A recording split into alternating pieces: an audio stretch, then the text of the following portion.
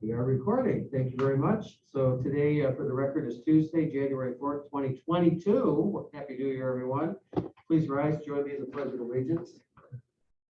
I pledge allegiance to the flag of the United States of America and to the republic for which it stands, one nation, under God, indivisible, with liberty and justice for all. First order of business is public comments. There's no public here in the room, but does anybody online would care to share anything? Any comments? You can unmute yourself. Don't see any, so we'll move on. First, Selectmen's report. As most people probably know, we did get, there was a distribution, there was an allocation of home COVID-19 test kits that following a rather embarrassing fiasco at the state level, the governor was able to secure not the same number of kits as he had originally been promised by the state's vendor, but they did get test kits in. Mr. Galliford, who is here in the room with us today, spent his New Year's morning driving to the New Britain facility to pick up those kits, along with, I think, Bob Germanaro went with you. They used the school department, the DOE's van to take those back. So, and then on Sunday, we set up a mass distribution point at Bethel High School. By all accounts, everybody I've talked to said it was the best one in the area. It was smooth. The line of cars went all the way down to almost to the old police station. And yet people who lined up there said they were out of there in less than 15 minutes. And the line was, everything was extremely well done. So I just want to, for the record, thank the people who put that together. Tom Galliford, Laura Basile, Bob Germanaro. The Bethel Police Department was on hand. They did an outstanding job with traffic control. Stony Hill Volunteer Fire, Bethel Volunteer Fire, and the CERT team, the Citizens Emergency Response Team. Couldn't be prouder of a group of people that really did a great job for the town. So thank you for that. And we've had a number of calls come into the office asking if there's going to be another distribution. We hope so. We don't have any numbers at this point. The last I heard from the governor's office is that they are attempting to secure more units, but if you saw the paper today, Hearst newspapers, the ones they got did not come directly from the vendor. They came from the CVS store's warehouse. So thank you to the CEO. I can't remember the gentlewoman's name who was the CEO, but the governor made a call to her, and CVS stepped up and really came through for the state of Connecticut. So we're very grateful for that. And the last thing I just want to mention is in the last 5 weeks, our COVID positivity has gone from 4.9 cases per 100,000 to 66.1. So it's there's still a lot of stuff out there. It's probably going to go up when we get the numbers this week. So I'm just going to encourage our residents, our friends and neighbors to keep being safe. You know, keep your mask on. Some of the health authorities expect it to peak and start to fall off. We certainly hope that's the case. We have instituted a mask rule for town hall and for the library, but we're not contemplating any townwide mandates at this point. We're just telling people to, you know, use your common sense, use good judgment, and keep each other safe. So that's my report for today, and I'd like to ask if my colleagues have anything they want to add or any questions. Richard, Brian? I went through that line also. I was through in 10 minutes. Yeah. And I was coming up the hill by the conduit there. So went very soon. Thank you to all those who were involved. I didn't go because I wanted other residents to be able to get it. But I heard everybody went, so it was pretty nice. Good. Very happy. Excellent. Okay. Before we go on, there's you'll see there's this is like the third revised agenda that we have in front of us, but there's still one other thing I forgot to put on here. This is what happens when Dion is out of town. and I try to do this myself, I miss stuff. So I'm gonna make a motion that we add one item that I had neglected to put on here tonight, and that is consideration of radio requests, emergency radios for the fire departments, for the 2 volunteer fire departments upon recommendation from the fire commission. So I'm making a motion that we add that as item 4B to the agenda. Is there a second? Second. Okay, so any comments, any consideration? All right, those in favor, please signify by saying aye. Aye. Aye, that carries, so that'll be item 4B. Moving on to item 4, acceptance of the minutes of the regular meeting of December 7th, 2021.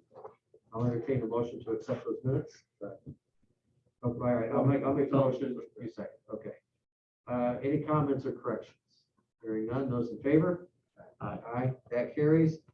So 4B, this is a request to replace emergency radios. These have been part of our capital plan for quite a number of years now, I think, right, Tom? I think they're officially in there this year, but yeah, we've been But making the they've- request for the last couple of years. Yeah, we knew this was coming. This was a planned purchase, and I think there's some urgency with this because we have a state bid price that will expire by the end of the month, I think, or by the middle of the month, I think. But I would like to turn the floor over to Fire Marshal Galliford and Emergency Operations Director Galliford. So Tom, if you could just take us briefly through the request for these radios. Sure, yeah, the request went through the fire commission first last week, I believe we had a meeting. And they voted unanimously to recommend the Motorola brand. So there's basically two comparable radios. Motorola is a manufacturer, and then Harris Radio is another manufacturer. So just a little quick background. The current radios we use, they're the portable radios that are in each riding position of every fire apparatus, and then every fire officer carries a portable radio that they use on the fire ground. They bring them into the fires with them, etc. They're about 15 years old. They were purchased at the same time Bethel Police Department upgraded the entire radio system in the town. And Bethel Police Department just replaced their radios. I think last year they were given funds for that. They replaced their radios then. So we've been trying to do the same. I've gone 3 times now through the Assistance to Firefighters grant through FEMA for funding. We've been denied 3 times. The first time was because of the age of the radio. They weren't considered old enough yet. The second time was because of financial need. And then last year, speaking with Bob Manfredi, he really wanted to try one more time. So last December, we applied again. And we got the turn down letter in September. Again, just because our numbers don't really add up to, and our scoring was low, and we weren't able to really show the financial need that we need FEMA to pay for the radios. So we've tried that angle 3 times. Again, it's 74 handheld radios. They'll be dispersed between the 2 fire departments. And I think 1 or 2 will be assigned to the fire marshal's office as well. They basically replace, like I said, existing radios that we have now. Each fire apparatus, each riding position, most fire apparatus have 6 seats in it. So each seat will have a radio. And then like the first 6 or 8 or 9 fire officers, the chief down to the lieutenants, are all assigned a personal radio as well. Basically think of it as having a 15-year-old iPhone, right? The technology changes, the design changes, the standards change. There's actually a NFPA standard now for the radios. They don't meet them currently. And the new ones actually won't meet it either because they just came out with the standard, but they've been building these radios and redesigning them to meet the standard. So they're much more rugged. They're a very, very rugged radio. The ones we currently have are similar to police radios where they're just, made for kind of admin use. So they withstand higher temperatures. The remote microphone, the cord on the remote microphone has a higher temperature rating. It has a channel selector and a volume and the emergency mayday button on the lapel microphone. Because as firefighters, we wear the radio inside of our turnout coat, and we have a remote microphone, so it has all those features built in.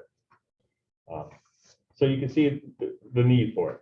So then it comes down to, well, okay, what kind do we want? What kind of, can we afford?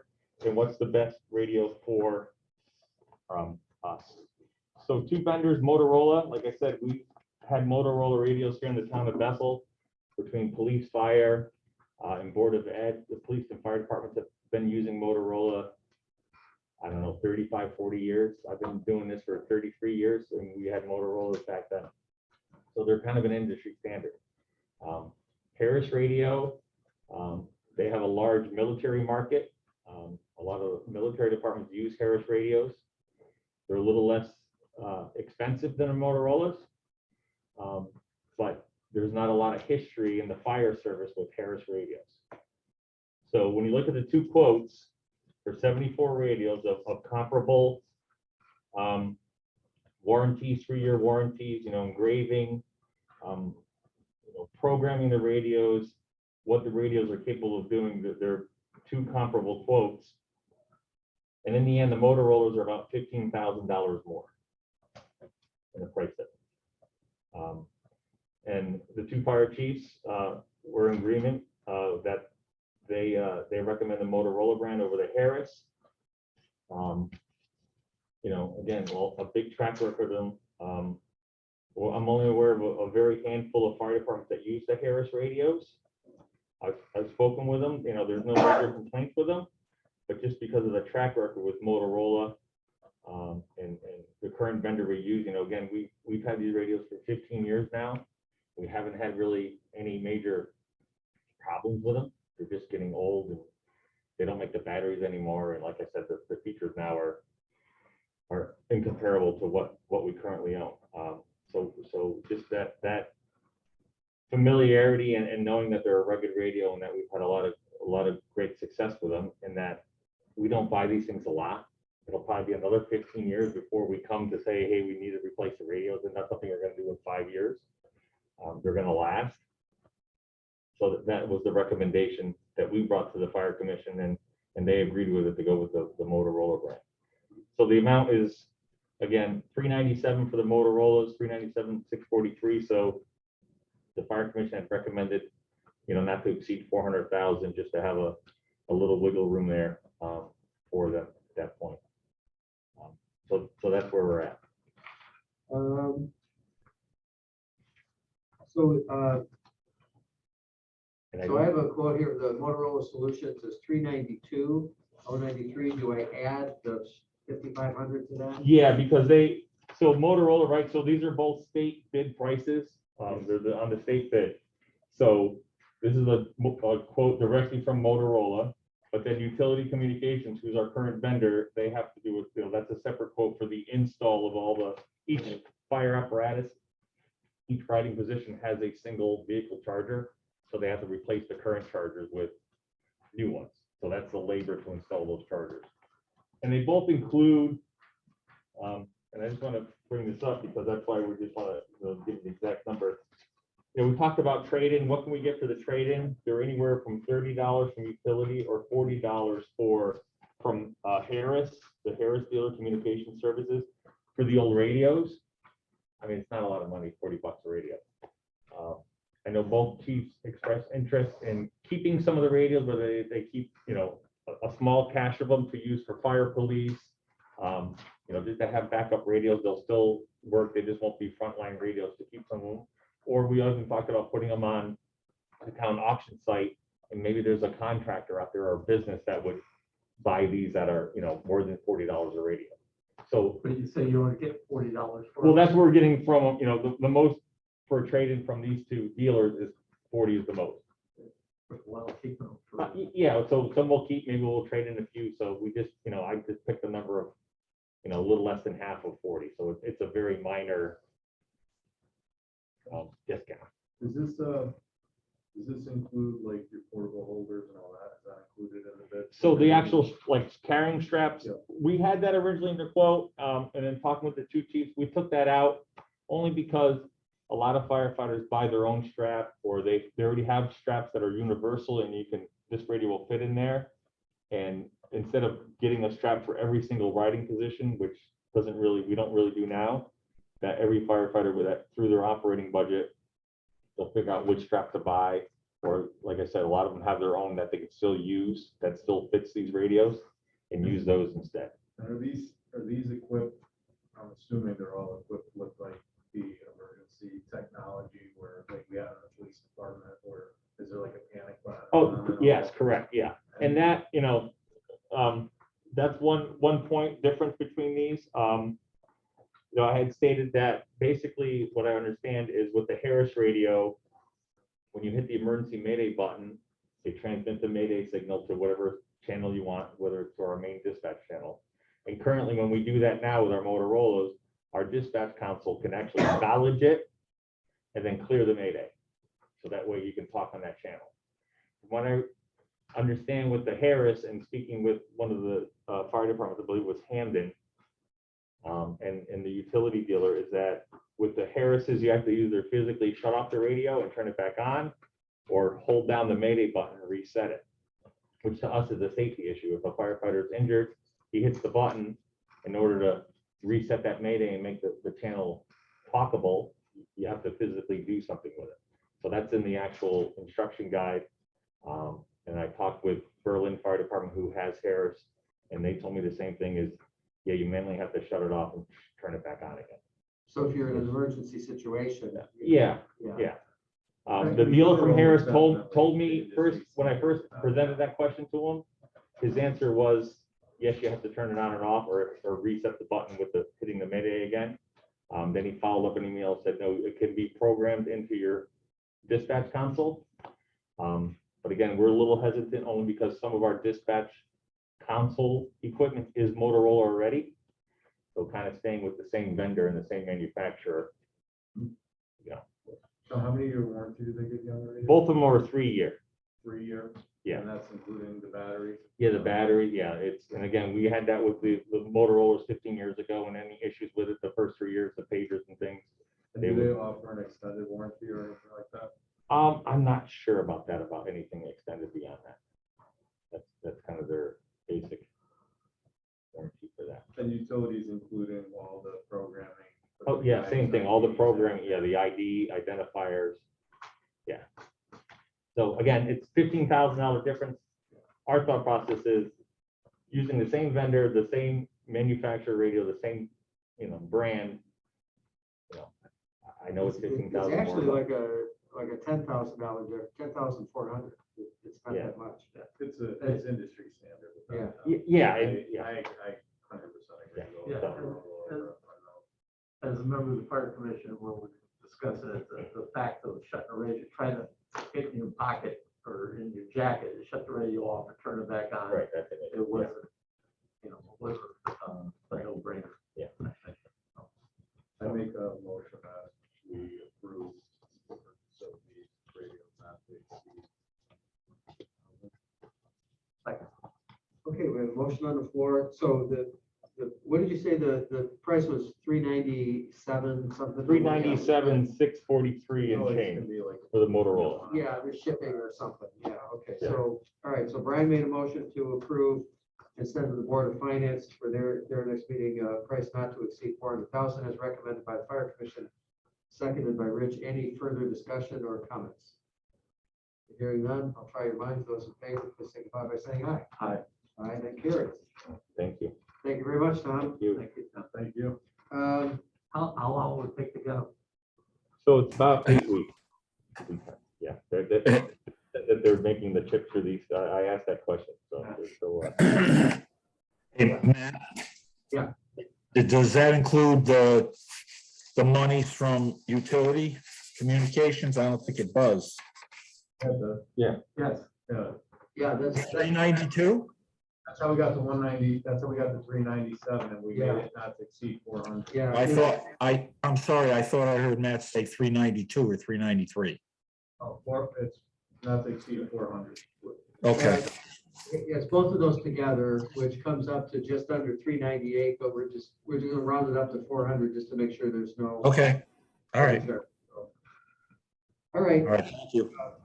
thank you very much. So, I'm gonna add to I'll just add a note to the motion that would be recommended to be paid from capital non-recurring, which is currently budgeted. So, all right, thank you for that. Moving on to item number 5. Consideration of Clark Park expansion and bid award. So there's actually 2 things happening here. We would like to award the bid this is actually a very big moment. I'm going to turn the floor over to Janice Christianic in just a minute, as soon as she unmutes herself. But this is a project which has been conceived and discussed for close to 30 years. The Clark Park was never fully built out way back when it was first launched in the 80s. And one of the problems was to complete the build out, there was insufficient water. So as you all know, we tackled the water system about 6-7 years ago. That has been addressed. There's adequate water supply, and we won, thank you to our delegation in Hartford, we won a $637,000 grant to offset the construction. And the best news is that the town will actually realize additional profit, not overage from selling the lots when this is all said and done. So the ask of our Board of Finance is to basically front the money for the town's share to complete the project, to complete the build out, and then when the lots are sold, that money would be paid back plus. So Janice, I'm going to turn the floor over to you now. Are you on? Yeah, I'm on. I'm actually, don't let Mike, I think Mike's on, start us off. Thanks, Janice. Yeah. There you are. Good evening, everybody. I think Mike, EDC, Janice, who's director of EDC. So go ahead, Mike. yeah. So as Matt has said, this has been pretty much a project that started since my tenure with EDC, which I guess is going on over 10 years. Right now, we have secured 635,000, though we still have a couple of hoops to jump with the state. The state has to review the bidders. We have a package of approvals that need to be required by the state. One of the requirements by the state is that we as a town approve the monies that on the town side. And right now we have gone through an extensive review along with Malone of the actual bid responses. And we put together a subcommittee of people, including some of our town officials and some EDC members, including Roy Steiner, who's familiar with this world. And we have come to the conclusion and recommended to the procurement committee to go with TD and Sons, which happened to also be the low bidder in this situation. So we were very, very comfortable in recommending that. At the time of the monies for the state, since the state monies, we had a request into the state for the first round of bids. But what happened pre-COVID, we had the first round of bids. We had some numbers there, which we supplied to the state. And at the time, it was 50% based on purely just the actual bid response. And but due to COVID and timing, the bids essentially became null and void from the standpoint of the low bidder at the time not being able to honor the price, understandably so, a couple of years later, and given the cost of supply items. So the fair thing to do is to go out to bid, and that's where we are now with TD and Sons. TD and Sons came in at 1.213, and we put together a budget in addition to that, bringing the project costs in total to 1.5. I'm rounding it 1.507. So as Matt said, we do have some projected profit based on what the estimated sale price, but I'll be totally honest. All the numbers we have in that regard are quite dated, and they were put together to us by Malone. But as a source at the time, that's the information that we had.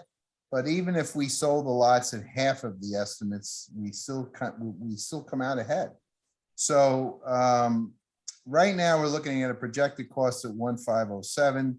The state has agreed to contribute 635.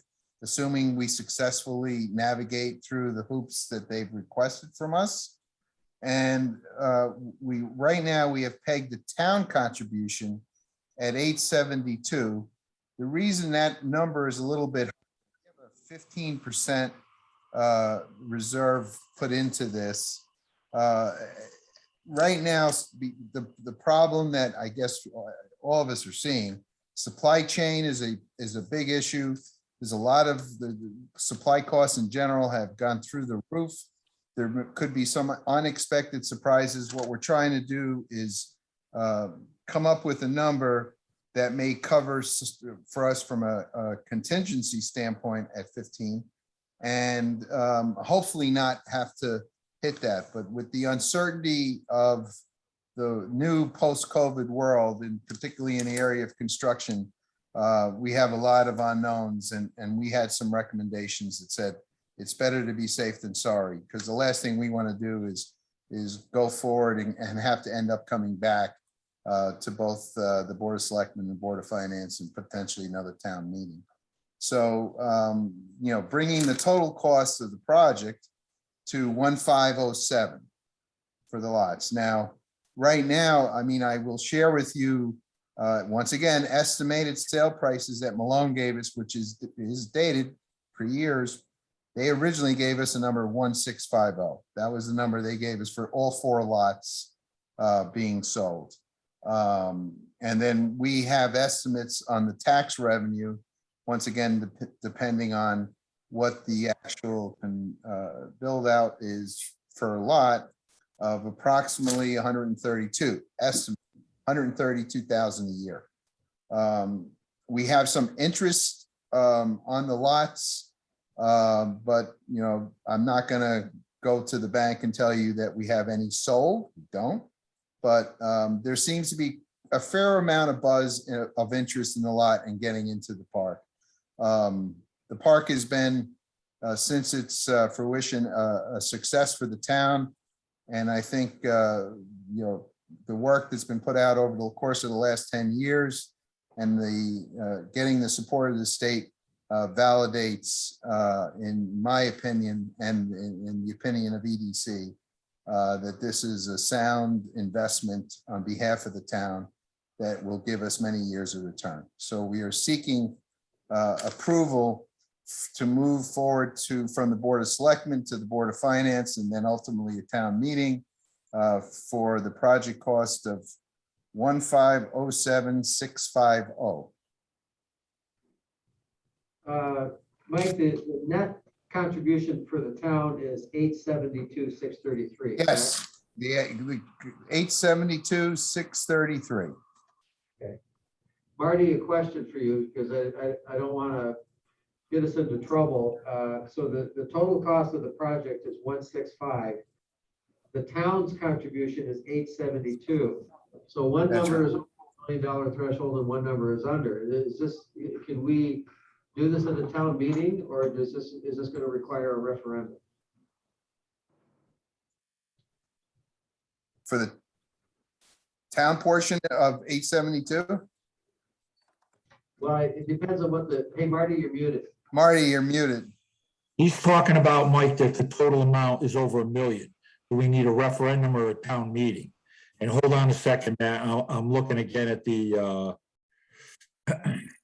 Well, the total amount of the town portion would not exceed 872. Right. The 1650 is what is the potential opportunity of a sale. But Mike, it would be a referendum, Matt.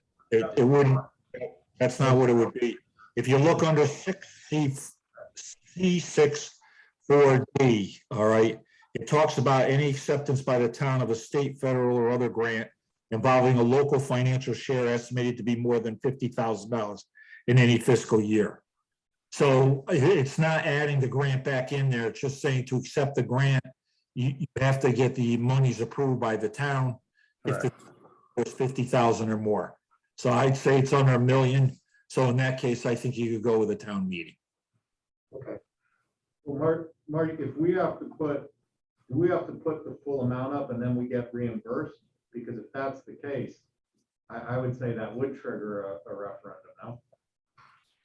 Oh, it's not, it's a grant. It's a grant. In fact, I've had the paperwork for the grant now since October. But there's nothing I can do with it until everything passes through. And I think that's the case here. I think that what it is with the grant, it's, and it's entitled financial assistance. All right, the only thing that I'm aware of that the state is requiring is that we have to match whatever, at least match what they're putting up. And the other thing is that they have to agree with the bid that was made, who we accepted. And Janice or Mike, you could tell me if that's not the case, so. That's correct. That's correct. That's my understanding, yeah. Yep, I think they have to have the 3 lowest bids to review. Okay, so I don't think it's a reimbursement then. I think it's direct. I have a couple questions. Go ahead. Yeah, that's what I would say, yes. Okay, very good. Brian has the floor. Like when I was looking over it, I'm gonna be honest, and I have a lot of respect for you and what you do. I definitely think the sale prices are aggressive. I mean, Moody has a lot up there where he did all the blasting, cleared it all off. He's had it on the market for over a year at 385, and it hasn't sold right next to Bethel Power. One of my questions is let's just say we got 300,000 a lot, where we're still ahead, right? What happens to the money past what the town borrowed? Does that go to the general fund? What are we gonna do with that? That would go to the general fund, I believe. So anything would just be a The profit? money is going to come back into the town. Yeah, Right, I'm just saying, it goes to the general fund. yes. Yes, it's not going to a segregated, it can't go to segregated fund unless the Board of Selectmen vote to do that. Yeah. And then the other question, the only other thing I had a question on was 6%, I'm assuming it's going to whatever broker we use to sell the property, correct? Yeah. Correct. So we have an additional 10,000 in marketing. I would assume that at 6% of a total of 1.2 million in sales, that the real estate firm would take care of our marketing, correct? That, So this is legal notices. yeah, I mean, it very well could be. Right now, the plan is for us to entertain bids from real estate companies and putting aside some marketing money depending on the outcome of that. We haven't done that since we don't have anything at this point to sell. Yeah, many times in my experience as a private attorney, the sale of raw land, the commission is normally 10%. In a lot of cases, especially commercial and industrial. Correct. So I think that this would be a savings to the town if that's what they're looking at. And I'm sure they've discussed it, so. Right, and once again, we have not, we need to enter in and determine and solicit responses for us to consider on the real estate side. We're hoping that we can target it at 6, but you're correct, Marty, for raw land, they do get more. Well, again, and I'm being as respectful, I haven't seen a 10% commission only up in Vermont. I mean, I buy tons of land. Generally, it's 5%. 10%, I haven't seen in years. But again, I'm not here to argue about that. My just question was, what was the marketing for? So you answered my question. Okay. All right. Other questions at this point? Rich? No. All right, I'm going to make a motion, put a motion on the floor that we approve the request to fund this project in the amount of $872,633, subject to approval by final review by the town attorney, as well as final review and approval by the state of Connecticut Department of Economic and Community Development. Is there a second? Second for discussion. Yeah. Are we sending it to the Board of Finance? Yes, it has to go to the Board of Yeah. Finance, and it will also need a town meeting. Right. Okay. And the recommendation is, I have talked to Brad, hearing about this. He's going to set up a fund. It's not quite the same thing as an enterprise fund, or like a sinking fund to fund this and then repay that fund plus the additional when the lots are sold. So, so the first motion is to approve and send to the Board of Finance for their approval, subject to the subject to the stipulations I noted. So any other questions? Do you also want to put in there that we received the grant in the amount? Yeah, I could add to there that for the town's share in consideration of the state DECD grant of $635,017. Okay. All right, any other questions? Hearing none, those in favor, signify by saying aye. Matt, I'm sorry, Matt, do we need to get approval to enter into a contract with TD and Sons contingent on the state review and town funding? That's gonna be my second motion. Okay, thanks. The financing is first one, then we're gonna do the bid award. Perfect, thank you. Okay, so those in favor on funding at the level of 872,633, those in favor? Aye. Aye, that carries. Okay, now the second recommendation is after the review of all the bidders and review by the engineering department, you are recommending, if I recall, TD and Sons, is that correct? Correct. Do we have paperwork on that? Is that part of the sheet? That's part of the first sheet. Well, it tells you what their bid amount was. Is that what you're looking for? Yeah, okay. Yeah, it's 1,213. So $1,213,000. All right, I'll make how many bidders did you have? We had 9. Okay. They were the low bid. Was that? They were Correct. the low bid. Oh, that's a company that has done a lot of work for the town. I think we know them quite well. So I'll make Yeah. a motion to award the bid to TD and Sons, subject to final review by the town attorney, as well as the final review by and approval by the state of Connecticut in the amount of $1,213,000. Next question. Is there a second? Second. Okay, second. Go ahead, Brian. Would we need to add approval by the Board of Finance too, because that's. Oh, pretty- yeah. Because we just said the state, so Yeah. we add Board Yeah, of add Finance. that, yeah, you're right. The Board of Finance and the town meeting. Yeah, and yeah, we have to set a date for town meeting too. Sure. So we want to amend that? Okay, so, yep, thank you for that. Okay, so we have a motion to award the bid to TD and Sons. Any other questions? Hearing none, those in favor signify by saying aye. Aye. Aye, that carries. And finally, I'm going to make a motion that we establish the date of a special town meeting of Tuesday, January 18th at 6:30 PM in meeting room A, subject to approval by the Board of Finance. Aye. Okay. Any other comments? Gonna be a hybrid. We haven't, not really. We haven't figured out how to do voting online and make it, secure. You think it would make sense maybe to hold it at the schools auditoriums where there's more ability to socially distance ourselves, because a lot of people want it. Well, I tell you what we could do. We haven't really had that many people attend a meeting. If we do, we could move it within the building, Okay. and post a notice. So, all right. Any other questions? Hearing none, those in favor signify by saying aye. Aye. Aye, that carries. Thank you very much, Janice and Mike. Appreciate it. Thank you. Thank you. Moving on to item number 5, item number 6. We have 2 things here for consideration, and I want to thank Laura Basile, our health director, for being here. We have 2 items that fall under her department. The first is acceptance of a public health grant.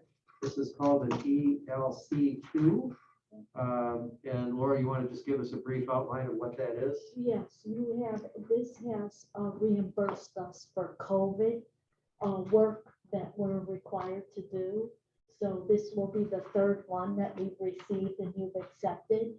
It helped us reimburse for contact tracing is the predominant effort that this has covered 2 times and reimbursed the town.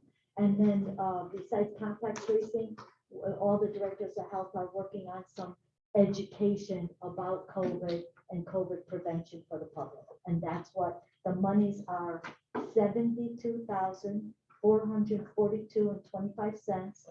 from March 1, 2022 through May 31st, 2023. They track it, they track contact tracing, we report to them, and we always meet our audit.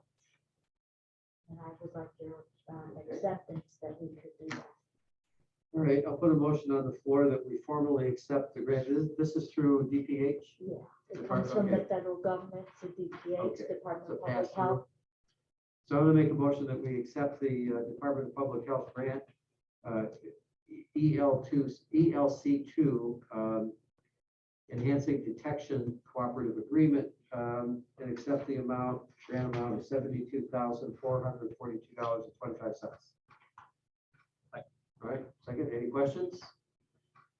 Those in favor signify by saying aye. Aye. Aye, that motion carries. Thank you. Thank The next item is also Laura's, and this is a little bit more of a complicated issue. There is an issue at the address of 19 Gorella Road where there is a contaminated well, private well. It is being investigated by the State Department of Environmental Protection, Energy and Environmental Protection. But in the meantime, the town of Bethel bears the responsibility to determine what's going on, to investigate it, to help remediate. So Laura, I'll give the floor back to you. That was a perfect summary. Attorney Lawler, Bob Dibble, and we were notified in 2020 by DEP that a resident contacted them about salt contamination in the well, and we've been working with them. We received a letter recently in 2021 after a year citing a statute that says that we are responsible to provide water and to investigate and come up with a resolution. So the proposal before you, I worked diligently with Attorney Lawler. We found the expert, John, that the information was submitted to you, and we are going to investigate, try to identify the source of the problem, and analyze it and be back to you with our recommendations of a resolution. Okay, so the recommendation here is to bring on Tetra Tech as a consulting engineering firm. Correct. They're an expert in these types of problems. So I noticed that they don't give a bottom line price because it's an hourly rate, because it's a little unknown. Is that correct? Right, it's going to involve a notification. It's a 300-foot radius around this property to test the wells and make sure that we're not missing anything, to try to identify, is this the only property that has these elevated road salt, and why? Hopefully that is the case, but we're going to do that sampling of 31 or 32 homes, and then we're going to analyze that, present back to you, and based on what our findings are, we will move forward from there. And that's why it's going to be in installments that we're going to do this.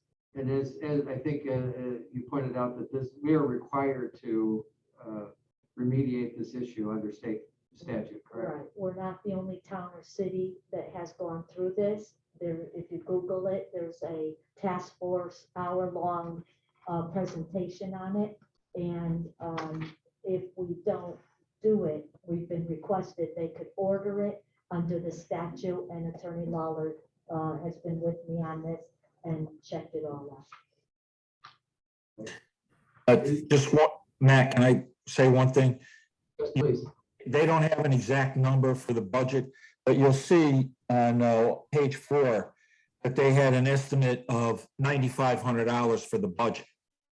But you're right, it could end up being more depending on what happens. And I don't believe the costs of what they're doing here includes the actual lab to test each water sample.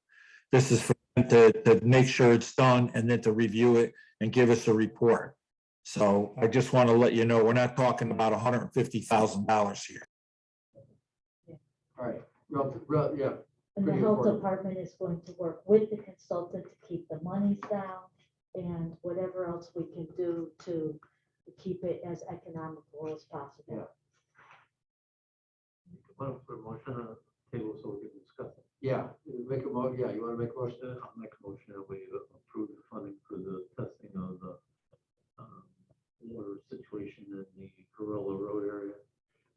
Yeah, and approve assignment of the project to Tetra Tech LLC. Okay, I'll second that. Laura, is this a shallow well or is this a regular dug well? No, this is a 1993 drilled well, 245 feet deep, with a water source that is pulled from 200 feet deep.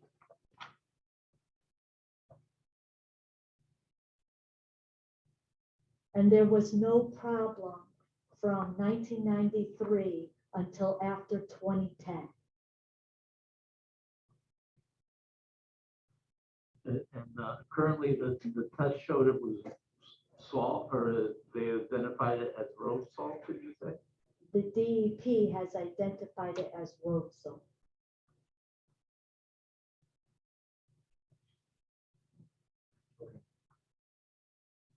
Well, how would they know that it's, but I'm just curious, like, how would they know that it's caused by road salt or not some other? That's why we're hiring Tetra Tech. That's why we spend a lot of time to find John. John is a particular expert and someone who worked with the town of Bethel for a very long time, has been assisting. And he picked the 300-foot radius so that we're transparent. And once we do this part, we will report back to you and John may come. And as Marty found out, it's going to be analytical. We're going to have water reports and we're going to provide you the data. But to date, there's no problem or no complaints of other residents in the neighborhood. Never.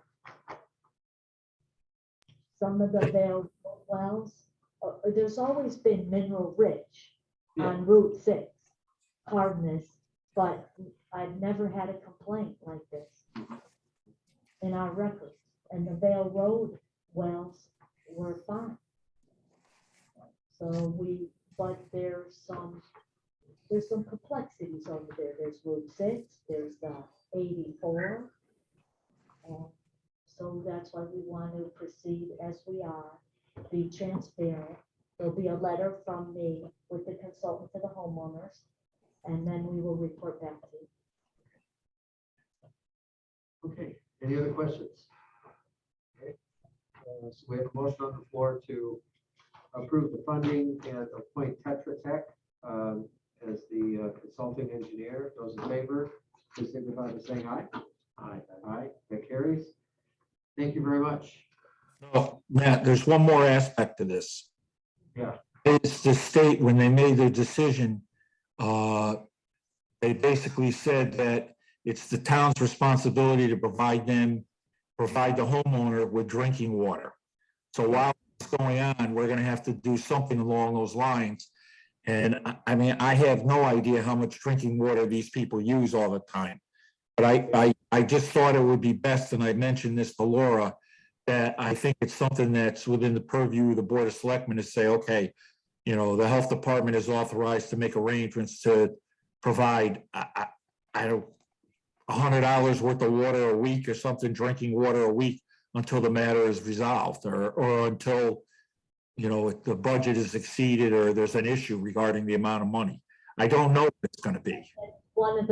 Thank you, Marty. That's one of the requirements on us. I did email just today. We could use the State Department of Administrative Services contract grant. We are required to provide 1 gallon per person per day. That's what we're required by law, by the statute. And I could bring it to you, Matt, but the state contract kind of has, Marty did think it was a lot. I flipped it to Brad as well. So that Brad could compare the state contract. Sometimes they're less expensive than if we did it ourselves. And I said, would you get us the most inexpensive contract possible to proceed? Okay. So I need your approval so that we can also meet the DEP's requirement to provide them water till we complete this. All right, well, I'll make a motion then that we authorize funding to provide water in the amount of a minimum of 1 gallon per person in the household per day at the lowest available price. And you have this on your. Yeah. Wait a second. All right, any questions about that? Not a water per day to drink. Can I ask, is it a family or? Yeah, we believe it's a family of four individuals. And that's their DEP standard requirement. It's in their letter that Marty has. Thank you, Marty. And we did get the state contract. And Brad's gonna compare what's the most economical way to do it until we can come back to you. Okay. All right. Yeah, so that the 1 gallon per person per day is the state Yeah. statute, right? Okay, all right. Okay, those in favor signify by saying aye. Aye. Aye, that carries. Thank you very much. Thank you. All right, now we can move on to item number 8. This is another item that's gonna require a little bit of discussion. I asked the owner's representative, who has worked for the past 2 years on our school renovation projects. This is Ms. Geraldine Horoff, who works for STV, which is a professional project management and consulting firm. Geraldine has been serving as the owner's representative for our school renovation projects. We are coming up on the final phase of completing our police station project. And just to give you an update on that, and Rich, feel free to color with more detail because you've been working with the committee. Upon completion of the police station, there was a problem found with the firing range annex in the building. Briefly, the material that was used on the, I think it's the east facing wall, was not properly treated. It was not the right kind of block, at least not all of it. So what was happening is, in any kind of a windy rainstorm, the water was being driven right through the concrete block that comprises that wall. So this has been under review for the last 1.5 years with Downs Construction and their subcontractor. We have successfully remediated, I should say Downs has successfully remediated the problem. Last fall, they applied a plastomeric coating to the outside of the wall, as well as repointed some of the mortar in between the bricks, the blocks. They also repaired some flashing around the roof and the entrance. And as a consequence, and they gave us a warranty on that. So as a consequence, we're ready to move to the final phase of equipping the firing range so it can actually be used for training purposes. I asked Ms. Horoff for a quote on this because in talking to the building committee, and I think it was back in November, the Board of Selectmen had formally passed this project off to the building committee to begin work on it. It's more complicated than just simply hiring a firm to come in and install the stuff. There's going to need to be air handling equipment. There's going to need to be some plans drawn up by the architect, certified by an engineer, some physical structural enhancements need to be made in order to prepare the building for that.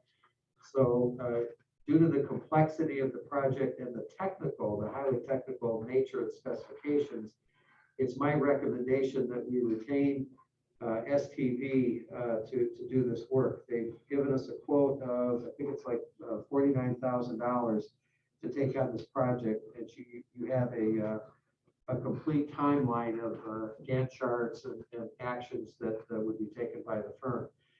Now, I did not seek other bids on this. I didn't know it was going to be this much money, but I didn't seek bids on this because of Ms. Horoff's relationship with our building committee and with our town attorney and with aspects of our town operation.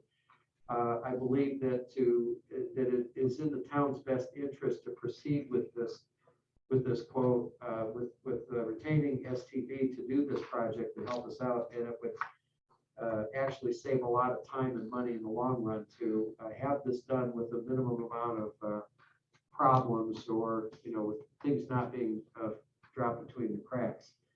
So for discussion purposes, I'll put a motion on the floor that we approve retaining STV for the police station project to complete the engineering specifications, put out the project to bid, and complete the installation of the project, of the fire range materials.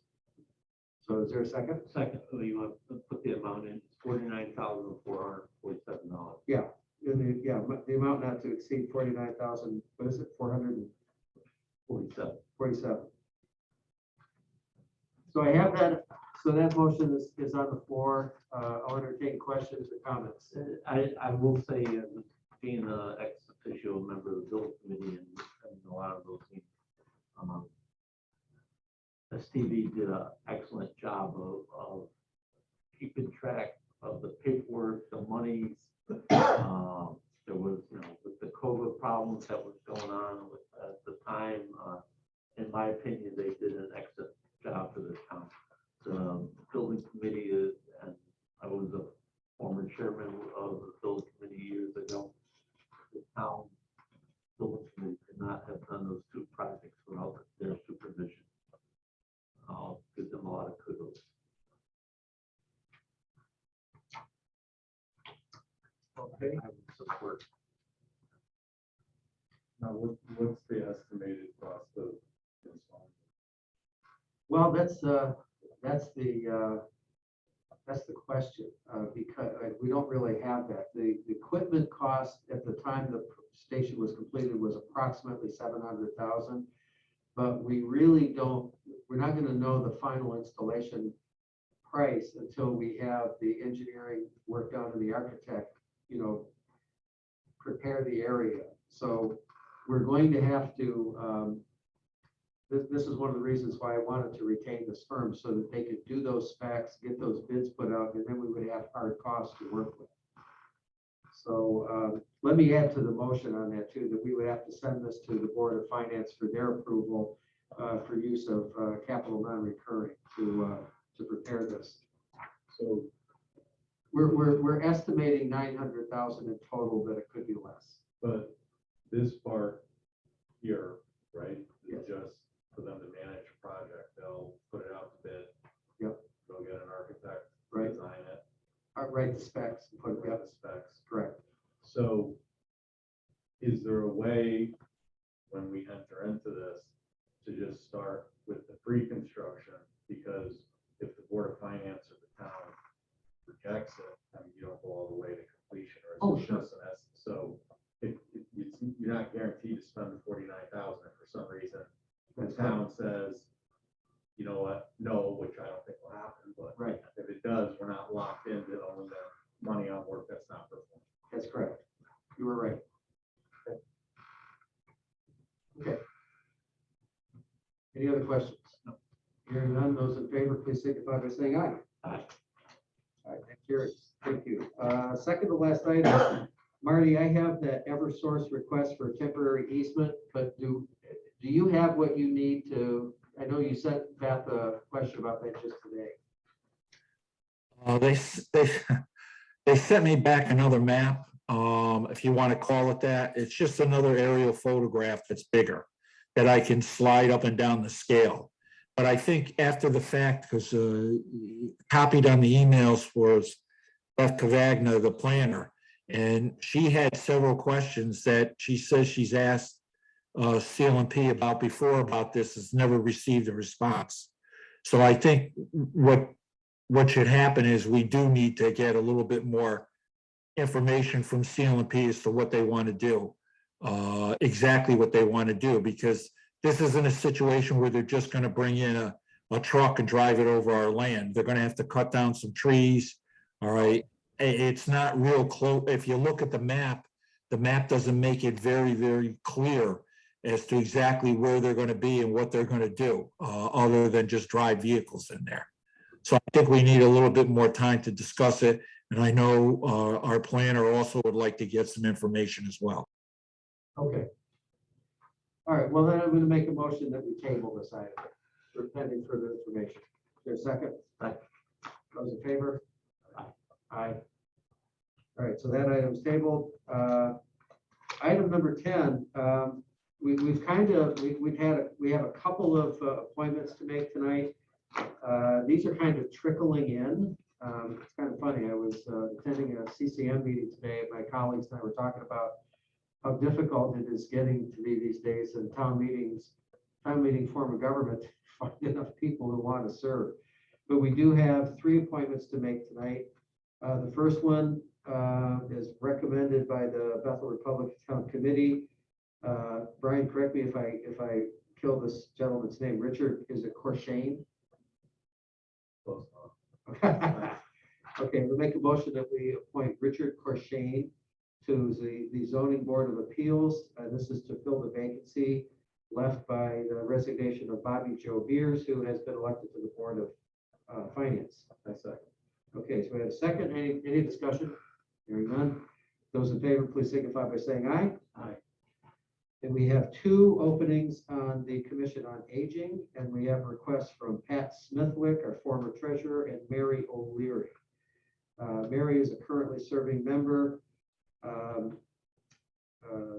who is asked to do another term. Pat would be joining a vacant seat. So I'll make a motion that we appoint Pat Smithwick and Mary O'Leary to the Commission on Aging. Okay, any discussion? Hearing none. Those in favor, please signify by saying aye. Aye. Aye. That carries. And one other thing, and I apologize to my colleagues, again, this is something I neglected to place on the agenda.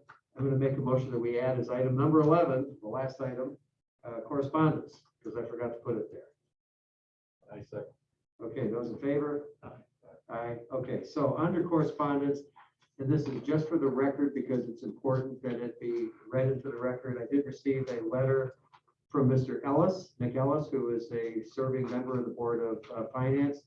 And per town charter, he wrote to notify the Board of Selectmen that his wife, Kathy Ellis, is employed by the Bethel school system.